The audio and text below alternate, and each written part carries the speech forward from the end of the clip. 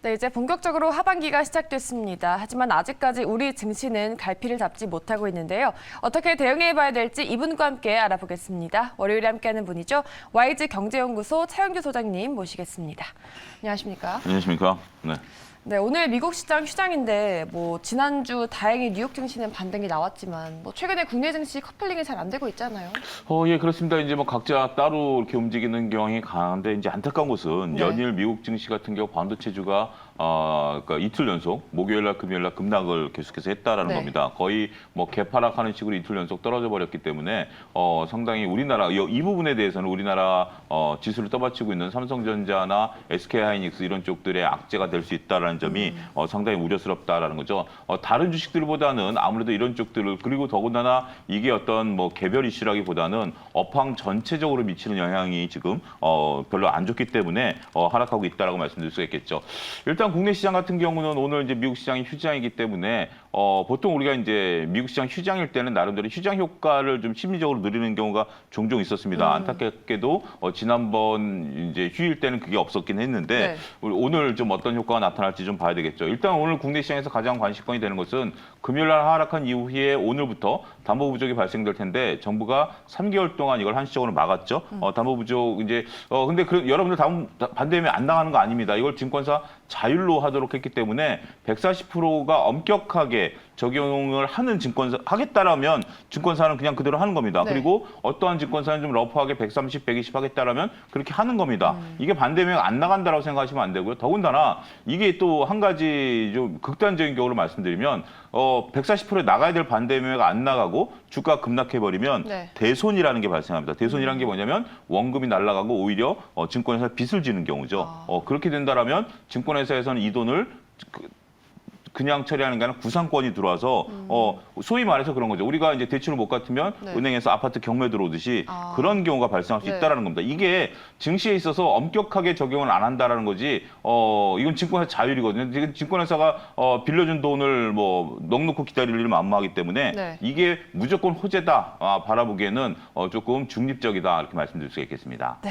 알겠습니다. 반도체주 일단 언급해 주셨는데 네. 일단 모든 섹터에 상승해서 반도체만 하락했습니다. 지금 마이크론이 또 실적을 내놓으면서 반도체 산업 수요가 약해지고 있다라고 언급을 했는데 우려했던 것보다 반도체 수요가 더 빠르게 악화되고 있는 걸까요? 좀 그렇게 보여집니다. 일단 우리가 반도체 업종의 특징상 우리 개인 투자자들이 예측할 수 있는 영역이 아니거든요. 더군다나 애널리스트 분들도 이쪽 업계 종사자분들 외에는 쉽게 이쪽 분야로 들어오지 못하기 때문에 상당히 어려운 분야고 우리가 따라서 애널리스트 분들의 이야기에 어떤 상당히 많이 의존할 수밖에 없는 그런 섹터다라고 말씀을 좀 드릴 수가 있겠죠. 네. 일단 지금 증권가에서는 분위기가 싹 식어버렸습니다.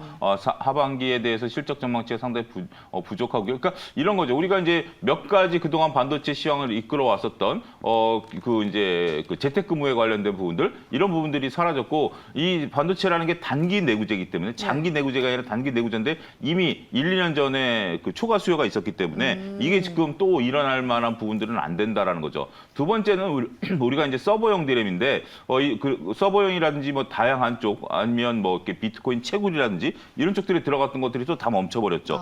더군다나 이제 하반기 경기가 이제 안 좋아지게 된다라면 또 가장 먼저 줄이는 게 또 이쪽 분야 아니겠습니까? 네. 일단 더군다나 많은 투자를 해놨기 때문에 일단 한번 1, 2년은 지켜보자라는 식이기 때문에 급속도로 업황이 식어버렸다 이렇게 좀 말씀드릴 수가 있겠습니다. 네. 따라서 최근에 주가가 급격하게 조정을 좀 받고 있죠. 대부분의 반도체들이 연저점을 국내외 그러니까 미국과 우리나라도 연저점을 지금 찍으면서 내려가고 있다라고 좀 말씀드릴 수가 있겠습니다. 경기가 일단 살아나지 않느라 이제 경기에서 가장 무서운 게 심리적인 영향이거든요. 네. 지금 이제 경기가 하반기에 어떻게 될지는 솔직히 아무도 모릅니다. 근데 지금 심리적으로 안 좋다 지금 얘기를 하고 있기 때문에 이런 부분들에 따라서 그러면 우리가 또 지갑을 닫죠. 이런 것들 때문에 전반적으로 주가 하락 조정을 받고 있다 이렇게 좀 말씀드릴 수가 있겠습니다. 네, 저희 지수는 전체적으로 커플링이 잘 안 되지만 반도체주들은 커플링이 잘 되는 게 너무 야속한데 말씀하신 대로 삼성전자, 하이닉스가 52주 신저가 기록 중입니다. 예, 그렇습니다. 지금 이제 SK하이닉스 하락폭이 좀 더 큰데요. 오늘 SK하이닉스를 좀 말씀드려야 될 것 같습니다. 네. 일단 삼성전자는 그래도 다른 사업 부분들이 좀 일부 있죠. 그리고 이제 미래에 대한 투자에 대한 계획들도 일부 있기 때문에 그런 부분들에 있어서 나름대로 조금 어떻게 보면 버텨줄 수 좀 있나요? 버텨줄 수 있는 면이 없지 않아 있는데 하이닉스는 그게 없는 거죠. 네. 오로지 반도체이기 때문에 반도체가 호황일 때는 SK하이닉스가 더 좋았다가 반도체 시황이 안 좋으니까 더 반도체만 하고 있는 SK하이닉스가 더 밀린다라고 말씀드릴 수가 있겠죠. 단일 사업 구조라는 것이 얼마만큼 취약한지 여실히 드러나고 있는 현상이다라고 좀 말씀드릴 수가 있겠고 오늘 일단 뭐 지금 여러분들 차트상 보시게 되면 저점을 깼죠. 지난주 네. 금요일에 깬 상황에서 또 더군다나 이제 공매도 이런 것들이 더 나올 가능성도 배제할 수 없고 기관의 로스컷 이런 것들 나올 가능성도 있기 때문에 당분간 냉정하게 말씀드려서 반등세를 좀 시연하기까지는 수급이 안정돼야 되지 않을까 말씀드릴 수가 있겠습니다. 네, 하이닉스 당분간은 반등이 좀 어려워 보인다는 이야기 들어봤습니다.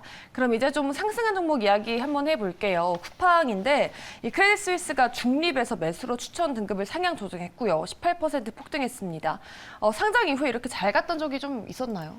제 기억으로는 처음인 것 같습니다. 뭐 이렇게 그러니까요. 간헐적으로 올라간 적은 있다 하더라도 일단 쿠팡이 상장한 이후에 계속해서 저점을 깨고 내려가고 있는 네. 상황이었기 때문에 나름대로 이번에 또 장대 양봉 차트를 보면 좀 의미가 있다라고 좀 네. 말씀을 드릴 수가 있겠죠. 그래서 일단 월가에서는 긍정적이다라고 좀 이제 리포트가 나왔기에 방금 소개해 주신 것처럼 긍정적인 실적 전망에 대한 부분들 이런 것들 때문에 지금 올라갔는데 차트 모양만 놓고 보면 그러니까 제가 항상 말씀드리는 게 저게 쿠팡 차트다라고 생각하지 말고 차트 모양만 보면 전형적인 상승 전환형 차트입니다.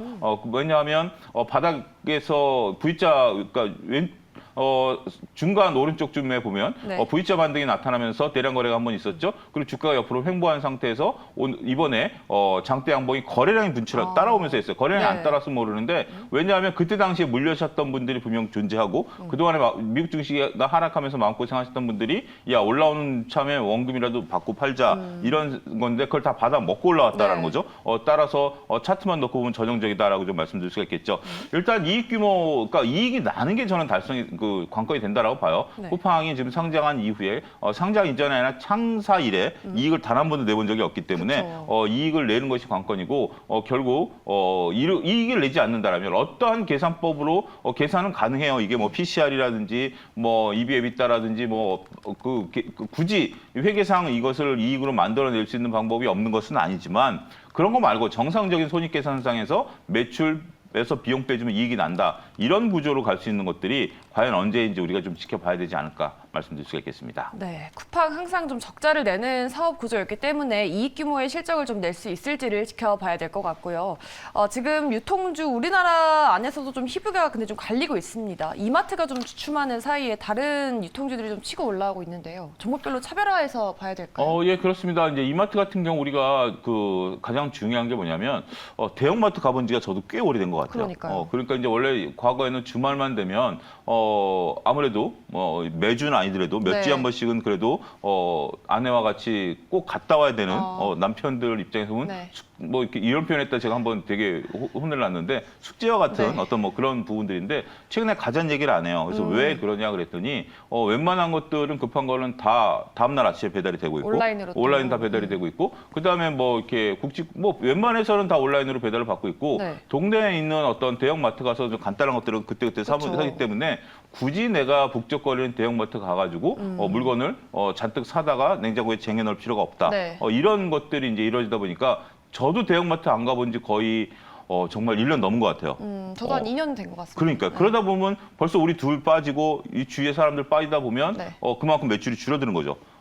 뭐 그런 부분들. 그다음에 온라인 부분들 보면 지금 현재 온라인을 장악하고 있는 그들이 이익이 나든 안 나든 우리랑 네. 상관없이 우리를 편리하게 하고 있는 온라인 쪽들이 강하기 때문에 이쪽에 매출이 좀 줄어든다라고 말씀드릴 수가 있겠죠. 제가 관심 있게 보는 건 BGF 리테일입니다. 최근에 주가 움직임이 상당히 견조한데요. BGF 리테일 같은 경우는 최근 증권가에서 호평을 쏟아내는 리포트들을 좀 나타내고 있습니다. 아무래도 리오프닝 대부분 이제 수혜주다 이렇게 좀 말씀드릴 수가 있겠죠. 네. 사업부가 몇 가지가 있는데 각 사업부들마다 다 좋습니다.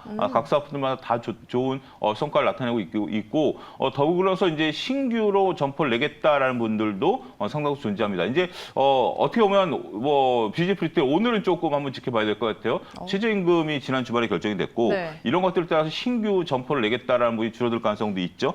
그런 부분들인데 본사 입장에서 보면 뭐 크게 상관없는 거죠. 본사 입장에서 보면 크게 그쵸. 상관없는 거기 때문에 최저임금과 관련해서 어떤 영향을 받을지 지켜봐야 되겠습니다만 BGF 리테일 같은 경우 최근에 흐름들 견조하다라는 입장에서 본다라면 나름대로 대안주가 되지 않을까 말씀드릴 수가 있겠습니다. 네.